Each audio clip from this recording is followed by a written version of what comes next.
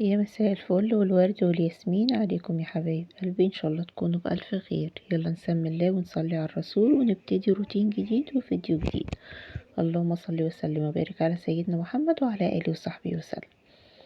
النهاردة هنتحدى بقى كسل الصيف. دخلنا بقى على الصيف والكسل وقاعدين مفرهدين ومش قادرين نقوم نخلص حاجة، فهمسك كده معاكم اللحافة الفايبر اخلصها، وان شاء الله كده هناخد برضو البطاطين واحدة واحدة، يعني كل يوم كده نعمل حاجتين منهم ولا حاجة. تمام. فكده مليت البانيو وحطيت معاكم رابسو وحاملة البانيو على اللحاف وبس. مش هعرف طبعا معاكم في التصوير يعني اغسله يعني معاكم ادوس عليه وكده، فهجيب العيال بصراحة يعني اجازة والدنيا حر وكده، فهجيبهم يدهوسولي عليه شوية. تمام. فهخلصه كده هغسله كويس في البانيو وهحطه يتصفى وارجع اشطفه تاني، املى عليه ميه تاني في البانيو اشطفه مرتين ولا حاجه واحطه في الغساله يتنشف. تمام يا بنات. واخدت كمان لحاف تاني اهو، مليت برضو عليه البانيو وحطيت رابسه وهيتغسل. ممكن في حد بيحطه يعني في الغسالة من اوله كده يغسل، يعني يتغسل في الغسالة، بس لا بيكون تقيل لما بيشرب مية وكده. فعشان تحافظي على الغسالة بتاعتك انا بغسله بره وبسيبه يتصفى وبحطه بس في الغسالة يتنشف كده تنشيف خفيف. تمام. اهو عبال ما خلصت التاني كان الاولاني كمان اهو حطيته وتنشف. تمام. لو مش حابة تنشفيه في الغسالة برضو هتحطيه على البانيو. انت عارفين ان الفايبر بيتصفى بسرعة، يعني مش بيبقى محتاج ان هو كده. وادي التاني اهوت كان ابني بقى الصغير ما شاء الله، يعني هو واخته داسولي عليه وظبطوه يعني. تمام. فلقيت الشمس حلوة النهاردة، طلعت المخدات والخدديات برضو كده تتهوى وتتشمس. وكان في من الصبح دورة غسيل في الغسالة برضو نشرتها معاك اهو. عبال ما اكون خلصت بقى اللي جوه يكون نشف لميته. ودولت كانت خدادية كده، كانت قديمة بصراحة فيها فايبر، فحطيته يتشمس كده هشوف بعد ما يتشمس كده ان كان هينفع احطه تاني في الخدادية او ممكن استغنى عنه يعني. تمام. وطبعا اليوم النهاردة يعني انا وريت لكم كده التصوير في، يعني مش هياخد معاكم دقيقتين تلاتة، بس هو اليوم كان طويل النهاردة. انتوا عارفين الغسيل والكلام ده بياخد وقت، فاليوم كان طويل فحبيت يعني اعمل اسهل غدا بصراحة. فعملت شوية مكرونة كده بالصلصة، وهعمل معاكم كبدة. كان عندي كبدة وكلاوي طلعتها اهو معاكم، وحطيت حتة ليا كده في الاول تسيح، وهنزل بالكبدة اسيبها بس كده تاخد لون وهكملها معاكم. ماشي يا بنات. ف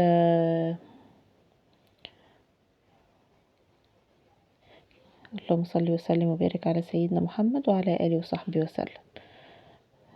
فاخر اليوم بقى كده لميت الحاجات اللي على البلكونه، وهنشر معاكم الحاجات اللي عملتها. وكنت مغيره للسراير برضو، وشايله بواز المخدات وشايله كفرات المخدات وشايله كل حاجه برضو اليوم النهارده كان يعني خليته بس لغسيل يعني لفرشه السرير وكده. ماشي. وزي ما قلت لكم الغدا كان سريع كده النهارده. ففي الصيف دوت انتوا فاهمين ان كل يوم لازم تعملي حاجه كده، ما تسيبيش نفسك لان عشان الشقه ما تحتاجش منك مجهود كتير، يعني كل يوم تخلصي حاجه. تمام. كده كنت خلاص عملت الاكل وسبته بقى على البوتاجاز لوقت ما يحبوا ياكلوا هغرف لهم. ولما تبتدي يومك من بدري يا جميله كل حاجه معاكي هتخلص بدري. يعني انا عملت الاكل بدري بدري كده وغطيت عليه وسبته لوقت ما يحبوا ياكلوا، وطلعت نشرت معاكم اهو. لميت بقى كل حاجه عايزه تتغسل. في خداديات يعني مش اللي كانت على السرير بس، في خداديات عندي يعني كانت قبل كده يعني اقدم من اللي على السرير، بس مستغنتش عنها بصراحة. يعني ساعات الولاد بيقعدوا عليها وكده، فبرضو فكيتها وغسلتها. وادي معاك اهو بواز المخدات برضو بقول لكم ان هي برضو اتغسلت. فهي كانت يعني النهاردة طلبت نظافة كده، والروتين كله مشجع. يلا بقى لو عندك حاجة زي كده عايزة تتعمل اعمليها. تمام. وسراير الولاد برضو غيرتها وكل حاجة.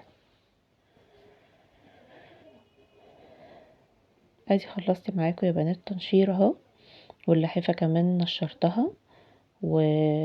وملايات السرير وكل حاجة اتنشرت اهو كده. احنا النهاردة يعني في الوقت كنت اخر النهار بصراحة، يعني كان خلاص اليوم خلص كده في الغسيل والتنشيف وكده اهو. بقول لكم خلاص كده ان احنا يعني كنا خلاص بعد العصر، فخلاص الشمس بدأت تغيب اهي. بصوا شكل البحر قمر ازاي، زي ما انتم متعودين. بدل في التصوير في تنشير او بمسح او اي حاجة في البلكونة لازم بوريكم الشكل ده. ماشي يا بنات، هندخل بقى على المطبخ. هاخد الرخامة كده برضو. خدوا بالكم بقى في الصيف وكده، حتى يعني لو عندكم اطفال بيدخلوا وراكم بيحطوا حاجة على الرخامة ويرجعوا ياخدوها ياكلوها ولا اي حاجة، فخدوا بالكم لازم يعني التنظيف والتعقيم ده على طول. طبعا احنا طول الصيف بنحب بقى الشغل في الرغاوي والمية وكده، فهتلاقونا كل يوم بننظف حاجة مع بعض ان شاء الله وبنرتب حاجة. خدوا بالكم بقى لو عندك صفاية في الحمام في المطبخ او في البلكونة او كده، خدي بالك وعقميها على طول.